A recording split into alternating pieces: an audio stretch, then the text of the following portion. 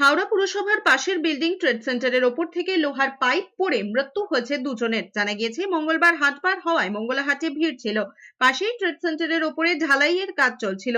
আচমকাই লোহার পাইপ 12 তলা বিল্ডিং এর ওপর থেকে নিচে পড়ে যায়। সেই সময় বিল্ডিং এর নিচে দাঁড়িয়ে ছিলেন দুই ব্যক্তি। এদের একজন তিলজলার বাসিন্দা শেখ ইরফান, অন্যজন মথুরাপুরের বাসিন্দা খোকন। ওপর থেকে লোহার রড তাদের ওপর পড়ে। রক্তাক্ত অবস্থায় হাসপাতালে নিয়ে গেলে চিকিৎসকরা তাকে মৃত বলে ঘোষণা করেন। টুপি ব্যবসায়ী শেখ ইরফান তার সামগ্রী রাখতে মুটে খোকনকে নিয়ে ওই বহুতলের নিচে দাঁড়িয়েছিলেন। তখনই দুজনের মাথার উপর পড়ে রডটি। খবর পেয়ে ঘটনাস্থলে যান হাওড়ার পুলিশ কমিশনার আকাশ মাঘারিয়া। তিনি জানিয়েছেন, এই ঘটনায় যেই থাকুন না কেন কড়া ব্যবস্থা নেওয়া হবে। কোনো বেআইনি নির্মাণ হচ্ছিল কিনা তাও খতিয়ে দেখা হচ্ছে। উপরে কনস্ট্রাকশনের কাজ চলছিল 1.5-2 ঘন্টা আগে। উপর থেকে একটা স্ল্যাব পড়ে, স্ল্যাবের চাপা দিয়ে দুজন লোক ইনজার্ড হয়। আমরা হসপিটাল নিয়ে গেছি, ওরা মানে মারা গেছে।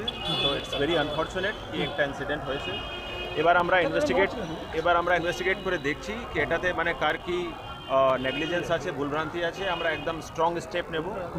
এই যেখানে নেগলিজেন্স হয়েছে সেটা উপরে কড়া পদক্ষেপ নেওয়া হবে। অ্যাট দি সেম টাইম আমরা ভিকটিম ফ্যামিলির সাথেও দাঁড়াবো যারা আনফর্চুনেট একটা ইনসিডেন্টে হয়েছে। তো অল দি হিউম্যানিটেরিয়ান লিগাল ওদেরকে অ্যাসিস্ট্যান্স আমাদের ইমিডিয়েটলি দেওয়া হবে।